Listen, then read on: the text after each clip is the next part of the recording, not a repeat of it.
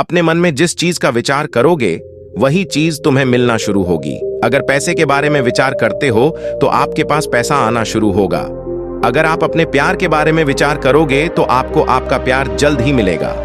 गौतम बुद्ध के अनुसार हम वही बनते हैं जो हम सोचते हैं। जिस तरह कोई व्यक्ति बुरी सोच के साथ बोलता या काम करता है तो उसे कष्ट ही मिलता है, वही यदि कोई व्यक्ति शुद्ध विचारों के साथ बोलता या काम करता है तो उसकी परछाई की तरह खुशी उसका साथ कभी नहीं छोड़ती है। वही गौतम बुद्ध की यह कहानी जो आज हम आपको बताने जा रहे हैं, इसे सुनने के बाद आप जीवन की सभी समस्याओं को चुटकियों में हल करने में सक्षम रहेंगे। दोस्तों, एक बार की बात है, महात्मा बुद्ध प्रवचन दे रहे थे। प्रवचन में आसपास के बहुत से लोग शामिल थे। सभी लोग ध्यान से बुद्ध को सुन रहे थे। कुछ देर में प्रवचन समाप्त हो गया। तब लोगों ने बुद्ध को प्रणाम किया और अपने अपने घर को चल पड़े। पर एक यह युवक वहां पर ही बैठा रह गया। बुद्ध की नजर उस युवक पर पड़ी तो वे पूछ बैठे, क्या बात है वत्स, कोई जिज्ञासा है क्या? युवक बुद्ध के पास गया और प्रणाम करके बोला, प्रभु, बहुत उलझन में हूं। जितना इस बारे में सोचता हूं उतना ही उलझ जाता हूं। कैसी उलझन है वत्स? बुद्ध ने प्रश्न किया। युवक हाथ जोड़कर बोला, प्रभु, यह संसार कितना विशाल है। संसार में लाखों करोड़ों लोग निवास करते हैं, उनमें भी एक से बढ़कर एक विद्वान, कलाकार, योद्धा। ऐसे में उन सबके बीच मुझ जैसे सामान्य प्राणी का क्या मूल्य है? युवक की बात सुनकर बुद्ध मुस्कुरा दिए। वे बोले, तुम्हारी जिज्ञासा का उत्तर मिल जाएगा, पर इसमें थोड़ा सा समय लगेगा। क्या तब तक मेरा एक छोटा सा काम कर सकते हो प्रभु? यह तो मेरे लिए गर्व का विषय है कि मैं आपके काम आ सकूं। युवक ने पुनः अपने हाथ जोड़ दिए और कहा, आप आदेश करें। प्रभु बुद्ध ने युवक को एक चमकीला पत्थर देते हुए कहा, तुम्हें इस पत्थर का मूल्य पता करना है, पर ध्यान रहे इसे बेचना नहीं है, सिर्फ इसका मूल्य पता करना है। जैसी आज्ञा प्रभु। ऐसा कहते हुए युवक ने बुद्ध से वह पत्थर ले लिया। उसने एक बार फिर से उन्हें प्रणाम किया और बाजार की ओर चल पड़ा। बाजार वहां से ज्यादा दूर नहीं था। युवक थोड़ी देर में वहां पहुंच गया। वह सुबह का समय था, इसलिए बाजार अभी ठीक से लगा नहीं था। वहां पर इक्का दुक्का दुकानदार ही थे। युवक ने जिज्ञासावश इधर उधर नजर ई। उसे एक पेड़ के नीचे एक दुकानदार नजर आया। वह आम बेच रहा था। युवक उस दुकानदार के पास पहुंचा और उसे पत्थर दिखाते हुए बोला, क्या आप इस पत्थर की कीमत बता सकते हैं? दुकानदार एक चालाक व्यक्ति था। पत्थर की चमक देखकर वह समझ गया कि अवश्य ही यह कोई कीमती पत्थर है। वह बनावटी आवाज में बोला, देखने में तो कुछ खास नहीं लगता, पर मैं इसके बदले 10 आम दे सकता हूं। दुकानदार की बात सुनकर युवक को हल्का सा क्रोध आ गया। वह मन ही मन बुदायर समझता है, इतना सुंदर पत्थर और इसका मूल्य सिर्फ 10 आम, अवश्य ही यह झूठ बोल रहा है। युवक को चुप देखकर दुकानदार बोल उठा, क्या कहते हो, निकालूं आम पर? युवक ने दुकानदार को कोई जवाब नहीं दिया। वह चुपचाप आगे बढ़ गया। सामने एक सब्जी वाला अपनी दुकान सजा रहा था। युवक उसके पास पहुंचा और उसे पत्थर दिखाते हुए उसका मूल्य पूछा। उस पत्थर को देखकर सब्जी वाले की आंखें खुशी से चमक उठी। वह मन ही मन सोचने लगा, यह पत्थर तो बहुत कीमती जान पड़ता है। अगर यह मुझे मिल जाए तो मजा ही आ जाए।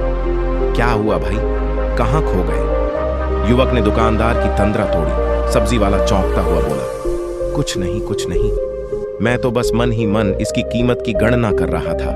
वैसे मैं इस पत्थर के बदले एक बोरी आलू दे सकता हूं। सब्जी वाले के चेहरे की कुटिलता देखकर युवक समझ गया कि यह दुकानदार भी मुझे मूर्ख बना रहा है। मुझे किसी और से इसका मूल्य पता करना चाहिए। यह सोचता हुआ युवक आगे बढ़ गया। सब्जी वाले दुकानदार ने युवक को पीछे से आवाज लगाई, क्या हुआ भाई? अगर आपको यह मूल्य कम लग रहा है तो बताएं तो सही, मैं इसे बढ़ा दूंगा। पर युवक ने उसकी बात पर ध्यान नहीं दिया। वह अब इधर उधर किसी ऐसे व्यक्ति को खोजने लगा जो जानकार हो और उस पत्थर की सही मूल्य बता सके। युवक को लग रहा था कि अवश्य ही यह कोई कीमती पत्थर है, शायद कोई जौहरी इसका सही मूल्य बता सा। यह सोचता हुआ युवक एक जौहरी की दुकान पर पहुंचा। जौहरी अपनी दुकान को अभी खोल ही रहा था। उसने युवक को अपनी दुकान की ओर आते हुए दूर से देख लिया था। साथ ही उसने युवक का हुलिया देखकर यह भी भांप लिया था कि यह कोई गरीब व्यक्ति है जो संभवतः कोई गहना बेचने आया होगा। जौहरी ने हाथ जोड़कर युवक को नमस्कार किया और मुस्कुराकर पूछा, बताएं महोदय, मैं आपकी क्या सेवा कर सकता हूँ? युवक ने बुद्ध का दिया पत्थर अपनी हथेली पर रख दिया और बोला, इसका मूल्य पता करना था। पत्थर को देखते ही जौहरी उसे पहचान गया कि यह बेशकीमती रूबी पत्थर है जो किस्मत वाले को मिलता है। वह बोला, पत्थर मुझे दे दो और मुझसे 1 लाख रुपए ले लो। कहते हुए जौहरी ने पत्थर लेने के लिए अपना दाहिना हाथ बढ़ाया, पर तब तक युवक ने पत्थर को अपनी मुट्ठी में बंद कर लिया था। उसे पत्थर के मूल्य का अंदाजा हो गया था, इसलिए वह बुद्ध के पास जाने के लिए मुड़ गया। जौहरी ने उसे पीछे से आवाज लगाई, अरे रुको तो भाई, मैं इसके 50 लाख दे सकता हूं। लेकिन युवक को वह पत्थर बेचना तो था नहीं, इसलिए वह रुका नहीं और दुकान के बाहर आ गया। पर जौहरी भी कम चालाक नहीं था। वह उस अनमोल पत्थर को किसी भी कीमत पर अपने हाथ से जाने नहीं देना चाहता था। वह दौड़कर उसके आगे आ गया और हाथ जोड़कर बोला, तुम यह पत्थर मुझे दे दो, मैं इसके बदले 1 करोड़ देने को तैयार हूं। युवक को जौहरी की बातों में अब कोई रुचि नहीं रह गई थी। वह जल्द से जल्द बुद्ध के पास पहुंच जाना चाहता था, इसलिए ना तो वह रुका और ना ही उसने जौहरी की बात का कोई जवाब दिया। वह तेज तेज कदमों से बुद्ध के आश्रम की ओर चल पड़ा। जौहरी ने पीछे से आवाज लगाई, यह अत्यंत मूल्यवान पत्थर है, अनमोल है, तुम जितने पैसे कहोगे मैं दे दूंगा। यह सुनकर वह युवक परेशान हो गया। उसे लगा कि कहीं पत्थर के लालच में जौहरी उसे पकड़कर जबरदस्ती न करने लगे, इसलिए वह तेजी से आश्रम की ओर दौड़ पड़ा। युवक जब बुद्ध के पास पहुंचा तो वह बुरी तरह से हाँफ रहा था। उसे देखकर बुद्ध मुस्कुरा दिए, फिर भी उन्होंने अपने चेहरे से कुछ भी जाहिर नहीं होने दिया। वे बोले, क्या बात है वत्स, तुम कुछ डरे हुए से लग रहे हो। युवक ने बुद्ध को प्रणाम किया और सारी बात कह सुनाई। साथ ही उसने वह पत्थर भी उन्हें वापस कर दिया। बुद्ध बोले, आम वाले ने इसका मूल्य 10 आम बताया, आलू वाले ने 1 बोरी आलू और जहरी ने बताया कि यह अनमोल है।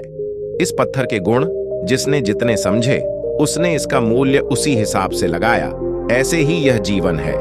प्रत्येक व्यक्ति खान से निकले हुए एक हीरे के समान है जिसे अभी तराशा नहीं गया है। जैसे जैसे समय की धार व्यक्ति को तराश की जाती है, व्यक्ति की कीमत बढ़ती जाती है। यह दुनिया व्यक्ति को जितना पहचान पाती है उसे उतनी ही महत्ता देती है। कहते हुए बुद्ध एक क्षण के लिए रुके, फिर बोले, किंतु आदमी और हीरे में अंतर यह है, हीरे को कोई दूसरा तराश होता है और व्यक्ति को अपने आप को स्वयं ही तराशना पड़ता है।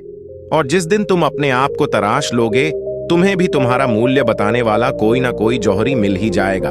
गौतम बुद्ध उस लड़के को यह सिख देना चाहते थे कि जो इंसान अपने मन में खुद के बारे में विचार करता है वह व्यक्ति उसी के समान बनता जाता है। किसी इंसान को अगर दुनिया की किसी भी चीज से सच्चे मन से लगाव हो तो वह इंसान उस चीज को प्राप्त कर लेता है।